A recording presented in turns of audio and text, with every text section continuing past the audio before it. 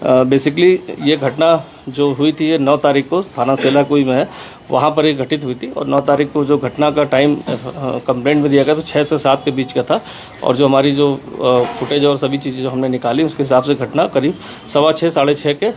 बीच की थी। इस घटनाक्रम में जो 6 अभियुक्त जो इसमें प्रकाश में आए थे, इसमें 5 की गिरफ्तारी थी। 6 लोग जो है वहाँ पर एक अभियुक्त के बर्थडे पार्टी के कारण वहाँ पर इकट्ठा हुए थे और वहाँ पर पहुँचे थे। जब वो वहाँ पहुँचे थे तो इसके पहले जो हमारे विक्टिम और उनके ब्रदर हैं वो पहले से वहाँ मौजूद थे। और ये जब 6 लोग वहाँ पर पहुँचे हैं, इकट्ठा हुए हैं, तो इनके द्वारा जो है आपस में जो हमारी बहुत ही गहन जो पूछताछ उनसे अलग अलग हुई थी और जो हमारी टीम ने इंट्रोगेट किया था उस समय उनको, और जो आसपास के हमने लोगों से जो बयान और अन्य जानकारी करी उसके आधार पर जो मैं ये निकल के आया कि वो लोग आपस में हंसी मजाक और एक दूसरे पे टॉन्ट कर रहे थे। जो एक ग्रुप था वहाँ पर 6 लोगों का। इसी क्रम में जब पास खड़े हुए विक्टिम और उनके जो भाई थे, जब वहाँ पर खड़े हुए थे, वहाँ लिक्वर शॉप थी वहाँ पर और वहाँ भीड़ भाड़ काफ़ी थी, तो ऐसा प्रतीत हुआ कि जैसे कि कोई टॉन्ट उनको किया जा रहा है या किसी कारण से। तो इस कारण जो है वहाँ पर थोड़ा सा पहले हॉट टॉक हुई। हॉट टॉक के बाद हाथापाई शुरू हो गई और इसी हीट ऑफ द मोमेंट में जो है एक अभियुक्त द्वारा जो है उसमें कड़े से वार किया गया था, जो काफ़ी ग्रीवियस चोट उसमें उनको लगी थी। और एक वहीं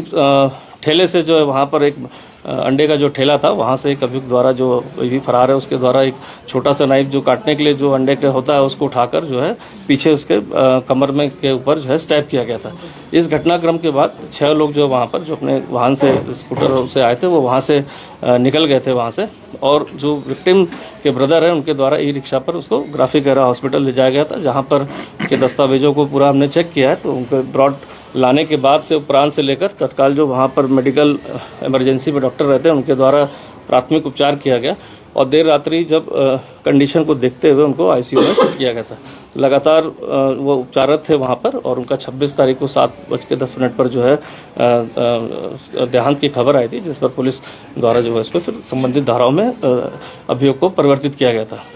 इस पूरे घटनाक्रम में 2 चीज़ें और थी। इसमें जो अभियुक्तगण थे उनमें उनके भी प्रोफाइल को पुलिस ने और उनके क्रिमिनल हिस्ट्री को भी पुलिस ने चेक किया था कि कहीं उनके वेयरअबाउट्स ऐसे तो नहीं कि कहीं वो पुराने किसी अपराध में शामिल रहे हों या कोई क्रिमिनल एक्टिविटी में कहीं शामिल रहे, तो उनके पूरे रिकॉर्ड्स को भी खंगाला गया था। तो अभी तक ऐसी कोई बात प्रकाश में नहीं आया कि उनका कोई आपराधिक इतिहास रहा हो।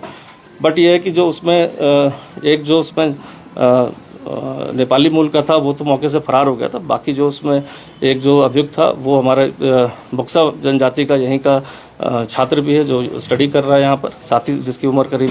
14.5 साल 15 साल के करीब है। और दूसरा जो है जो उसमें मेन प्राइम अक्यूज्ड और था वो जो है मणिपुर का निवासी था। तो सभी से अलग अलग इंट्रोगेशन हुई और इस बात की जरूर जानकारी की गई कि ये जो क्लैश था या जो इंसिडेंट हुआ ये क्या कहीं प्रायोजित तो नहीं था, कहीं पूर्व सुनियोजित तो नहीं था, या किसी और कारणों से इंटेंशन से यह घटना तो कारित नहीं की गई। लेकिन सबके द्वारा अलग अलग इंफॉर्मेशन बताया गया कि sudden heat of the moment में एक कन्फ्यूजन में हुआ और जब ज़्यादा आक्रोशित हो गए तो इसमें इस तरह से आवेश में आकर इस तरह से हमला कर लिया। कहीं कोई इंटेंशन मारने की नहीं थी। लेकिन जिस तरह का घटनाक्रम साइड हुआ, जिस तरह से डेथ हुई है वो बहुत ही संवेदनशील और बहुत ही दुखद भी है। और जिस तरह से एक युवा की यहाँ पर स्टडी करने आया था और उसकी डेथ हुई है तो उसमें संवेदनाएँ भी हैं। और एक चीज़ और हमारे इसमें मैं कहना चाहूँगा, मीडिया बंधुओं सभी से सब कहना चाहूँगा कि जो विक्टिम के जो फैमिली है वो भी यूनिफॉर्म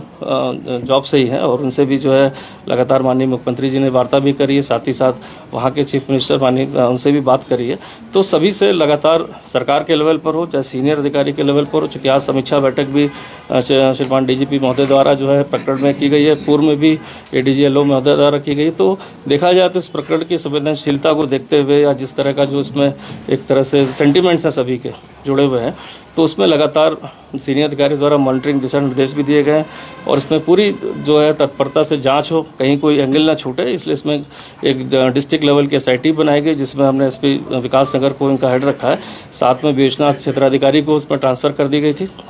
और इसमें एक टीम भी बनाई गई है जो हमारे पूरे सीसीटीवी फुटेज की ट्रैक्स करेगी कि जब वो कब वहाँ फुटेजेस ले ली गई, उसका एनालिसिस भी कर लिया गया ऑलमोस्ट कि जहाँ से कहाँ से विक्टिम लोग आए, कब पहुँचे वहाँ पर, क्या उनके द्वारा कितनी देर पहले वहाँ पहुँचे, क्या शॉपिंग की गई या कहाँ क्या एक्टिविटी चल रही थी, और साथ ही साथ जो अक्यूज थे वो कैसे पहुंचे वहां पर, किस समय पहुंचे और वो जो किस रास्ते से गए, तो सभी फुटेजेस के लिए एसओजी की टीम ने हमारे डेटा को कलेक्ट कर लिया जो इन्वेस्टिगेशन का पार्ट है। तो ओवरऑल अभी तक जो एक फरार अक्यूज है उस पर चूंकि जो मेरे स्तर से 25,000 का इनाम जो मेरी लिमिट थी उस पर किया गया था, आज जो है मुख्यालय स्तर पर एडीजी लॉ एंड ऑर्डर द्वारा उस पर 1 लाख का इनाम किया गया है। अभी तक जो फरार अक्यूज है, जो अभी तक ये बात थी कि वो नेपाल जाने की पूरी संभावनाएं थी, अभी तक जो हमारी टीम के इनपुट्स हैं कि वो नेपाल के बॉर्डरिंग किसी जगह पर छुपा हुआ है, तो हमें लगता है कि इसमें भी जल्दी सफलता मिलेगी और उसको भी हम पकड़कर उसको ला सकेंगे।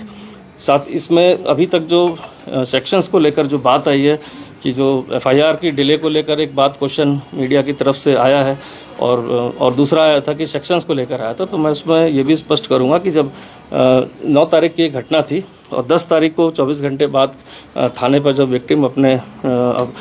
के भाई जो हैं और उनके साथ उनके कुछ दोस्त जो है वहाँ पहुँचे थे थाने पर, और थाने पर पहुँचने के बाद उन्होंने जो प्रार्थना पत्र दिया था, तो उन्होंने तब इस चीज़ को जांच में इसलिए रखा गया कि उन्होंने जो पूरा घटनाक्रम बताया था वो एक दिन पूर्व का था, क्योंकि घटनाक्रम का जो टाइमिंग थी वो 6 से 7 के बजे के बीच थी और एक चलते फिरते रास्ता जहाँ भीड़भाड़ रहती है, बहुत सारी शॉप्स है वहाँ पर छोटी बड़ी, उस जगह का घटनास्थल बताया था। क्योंकि कंट्रोल रूम में थाने पर इस तरह की कोई भी सूचना, इस तरह के अटैक की सूचना किसी के द्वारा नहीं दी कि जनरली देहरादून में देखा है कि अगर रोड साइड में या कहीं कोई इस तरह का झगड़ा होता है तो आम जन द्वारा भी कभी कभी इसमें रिपोर्ट कर दी जाती है, या विक्टिम द्वारा या उसके किसी जानने वाले द्वारा भी पुलिस को 112 पर या थाने चौकी पर सूचना दी जाती है। चूँकि सूचना 24 घंटे बाद विक्टिम फैमिली द्वारा जो परिजन जो ब्रदर था उनके दोस्तों द्वारा दी गई थी, और उसमें इसलिए उसकी प्राथमिक रूप से जांच का उन्होंने उसमें अनुरोध भी किया था, जो प्रार्थना पत्र में है, जो एफआईआर में भी है। इसलिए उसको जो लीगल सेक्शंस हैं, जो हमारे पास बीएनएस की सेक्शंस है कि अगर कोई एफआईआर प्राप्त होती है और उसमें जांच करने का उसमें प्राविधान है, तो वो क्षेत्राधिकारी जो सीओ गेस्टेड अधिकारी होते हैं उनसे बाकायदा लिखित अनुमति भी उस दिन ले ली गई थी। और इसके बाद उसमें जो दूसरा एलिगेशन था मारपीट और चाकू मारने के अलावा, उसमें एक एलिगेशन था कि जाति सूचक शब्दों का प्रयोग किया गया। तो ये भी मैं स्पष्ट करना चाहूँगा कि जब भी इस तरह के अननोन के खिलाफ जाति सूचक शब्दों का प्रयोग आता है तो उसमें एक लॉ के अनुसार ये होता है कि जब इंटेंशन के हिसाब से, जब वो व्यक्ति किसी को जानता नहीं या ग्रुप ऑफ पीपल उसको नहीं जानते हैं कि एक दूसरे को नहीं परिचित है, तो उसकी जाति को लेकर अगर कोई शब्द बोले जाते हैं तो वो भी क्लियर करना जरूरी था, इसलिए इसको जांच में रखा गया। अगले दिन सुबह प्रातः ही विक्टिम के जो ब्रदर हैं उनको घटनास्थल कहाँ पर घटना हुई थी उस जगह पर उनके साथ पुलिस गई थी, वहाँ पर जांचकर्ता अधिकारी जो हमारे सीनियर इंस्पेक्टर है वो गए वहाँ पर। इसके अलावा वहाँ पर जो आसपास के लोग हैं उनसे जानकारी की गई और सीसीटीवी फुटेजेस निकाली गई दुकान खुलने के बाद जो वहाँ पर थी मौके पर, और उससे स्पष्ट हुआ कि वहाँ पर एक मारपीट की घटना, इस तरह की चाकूबाजी की घटना हुई थी जिससे विक्टिम घायल हुआ था। और समस्त चीज़ों की जो फुटेजेस के आधार पर और जो हमारे पास जो बयान लोगों के शॉपकीपर्स के आए और लोगों के आसपास जो वहाँ पर शॉप्स लगाते हैं, जब उनसे पूरी जानकारी मिली और एक घटनाक्रम की पुष्टि हुई, तो उसके बाद मुकदमे को जो अपराध संख्या पर जो एप्लीकेशन थी उसकी संस्तुति होने के बाद मुकदमा दर्ज कर लिया गया। मुकदमा भी जो धाराएं थी उसमें 118 जो हमारी बीएनएस है उसमें भी सेम वही क्लॉज लागू होता है। किसी भी अगर डेंजरस वेपन से, नाइफ से किसी की स्टैबिंग की जाए, ग्रीवियस इंजरी पहुंचाई जाए, तो उन सेक्शंस को लगाया जाता है। वो सेक्शंस उसमें इम्पोज की गई थी। क्योंकि इसके बाद जब इन्वेस्टिगेशन स्टार्ट हुई तो इसके बाद जो डॉक्टर से कंसल्ट किया गया, उनके जो मेडिकल समरी होती है, क्योंकि किसी भी धारा की वृद्धि करने के लिए मेडिकल समरी या डॉक्टर्स का जो ओपिनियन है बहुत मायने रखती है। तो डॉक्टर्स के जो बयान है और जो मेडिकल समरी है वो पूरी प्राप्त करने के बाद 14 तारीख को जो है इसमें सेक्शन 109 बीएनएस जो एक अटेम्प्ट टू मर्डर की सेक्शन है, वो मेडिकल रिपोर्ट्स के आधार पर, डॉक्टर के जो स्टेटमेंट्स के आधार पर कि ऐसी इंजरी से इनकी जान जा सकती है, उसके बाद जो है उन सेक्शंस को इम्पोज किया गया। साथ ही साथ उसमें 61 बीएनएस भी इसमें लगाया गया। जो कॉमन इंटेंशन होती है कि सभी ने एक राय होकर एक घटनाक्रम को किया, तो सभी पर इक्वली वो धारा को लगाया गया था। लेकिन प्रत्याशित रूप से इलाज के दौरान जो है 26 तारीख की प्रातः जो है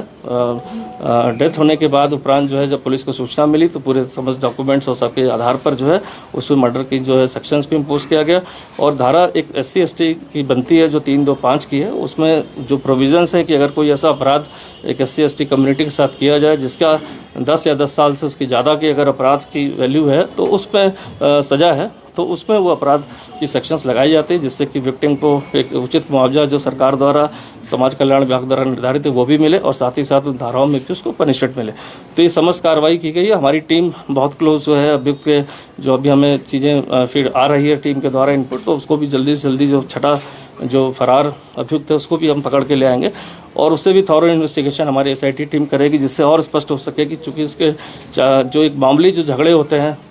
कहीं पर भी किसी प्लेस पर होते हैं, उनमें इस तरह की चाकूबाजी की घटना बहुत रेयर होती है, जहां आदमी एक दूसरे को जानता नहीं है, जहां कोई इंटेंशन नहीं होती। तो ये कृत्य उसने क्यों किया था, ये भी उससे पूछताछ में और ज़्यादा हम क्लियर कर पाएंगे कि पूरे घटनाक्रम में उसके द्वारा चाकू का प्रयोग करने का कारण क्या था और क्यों, किन परिस्थितियों में उसके द्वारा किया गया है। साथ ही साथ मैं ये भी अभी बहुत सारे सोशल मीडिया प्लेटफॉर्म्स पे और चैनल्स पे देख भी रहा हूँ, तो मैं ये भी स्पष्ट करना चाहूँगा कि जो संवेदनाएं हैं वो चाहे पुलिस के स्तर से हो, चाहे वो सरकार के स्तर से हो, चाहे सीनियर अधिकारी की तरफ से, वो पूर्ण रूप से संवेदनशील है। और उत्तराखंड भी जो है हमारा राज्य जो है खुद हिमालयी राज्य है और यहाँ की भी जो हार्डशिप्स हम देखते हैं जो यहाँ के निवासी हैं, इसी तरह हमारे 7 सिस्टर स्टेट्स है, इसमें त्रिपुरा भी है। तो दोनों की अगर टोपोग्राफी भी देखें उसे हम और अगर सेंटिमेंट्स देखें और हार्डशिप्स देखें तो वो सभी समान रूप से हैं। तो मैं ये भी कहूँगा कि यहाँ पर एजुकेशनल देहरादून एजुकेशनल है आज से नहीं है, सालों से फेमस है और यहाँ पर 70 से 80 हज़ार स्टूडेंट्स जो हैं विभिन्न प्रांतों के अध्ययनरत हैं, विभिन्न तरह के कोर्सेज कर रहे हैं, चाहे वो स्कूल कॉलेजेस में हो, चाहे वो बोर्डिंग्स में हो। और ये भी अभी जो जानकारी मैंने डेटा कलेक्ट किया कि करीब यहाँ पर 2000 प्लस नॉर्थ ईस्ट स्टेट से ही खाली स्टूडेंट्स यहाँ पर है, जिसमें त्रिपुरा के ही 250 के करीब छात्र अध्ययनरत है या यहाँ पर निवासरत है। तो आज तक जो देहरादून में अभी तक मैंने सारे रिकॉर्ड्स चेक किए हैं कि इस तरह का कोई रेशियलिज्म को लेकर या इस तरह की कोई शिकायत आई हो किसी कॉलेज स्कूल से या कोई इस तरह का इंसिडेंट हुआ पूर्व में, क्योंकि मेरे रहते अभी 2.25 साल में तो ऐसा कोई इंसिडेंट रिपोर्टेड नहीं है जिसमें रेशियल चीज़ों को लेकर कोई क्लैश हुआ। क्लैश के रीजन स्टूडेंट के बीच में अलग अलग होते हैं, लेकिन ये कभी इस तरह का इंसिडेंट नहीं आया। चूँकि जैसे मैंने बताया कि 2500 के करीब तो हमारे 7 सिस्टर स्टेट्स के लोग ही यहाँ पर अध्ययनरत हैं। सिर्फ प्यार ही एक जज्बात नहीं होता, अपनों के साथ घर बनाना भी प्यार होता है। आप इस धूप में कितनी अच्छी। और ट्रूमेट अप्लायंसेस के साथ आपका दिल और घर दोनों चले परफेक्ट सिंक में। ट्रूमेट अप्लायंसेस के साथ लिखिए एक नई कहानी और देखिए हमारी फिल्म गुस्ताख इश्क जो आ रही है 28 नवंबर को सिर्फ थिएटर्स में। आपकी इस पर क्या राय है, हमें कमेंट कर जरूर बताएं। इसके साथ ही आप हमारे YouTube चैनल को सब्सक्राइब कीजिए। आप हमें Facebook, Instagram, Twitter पर फॉलो भी कर सकते हैं और संवाद 365 के साथ एक क्लिक में जुड़ने के लिए डाउनलोड कीजिए संवाद 365 ऐप।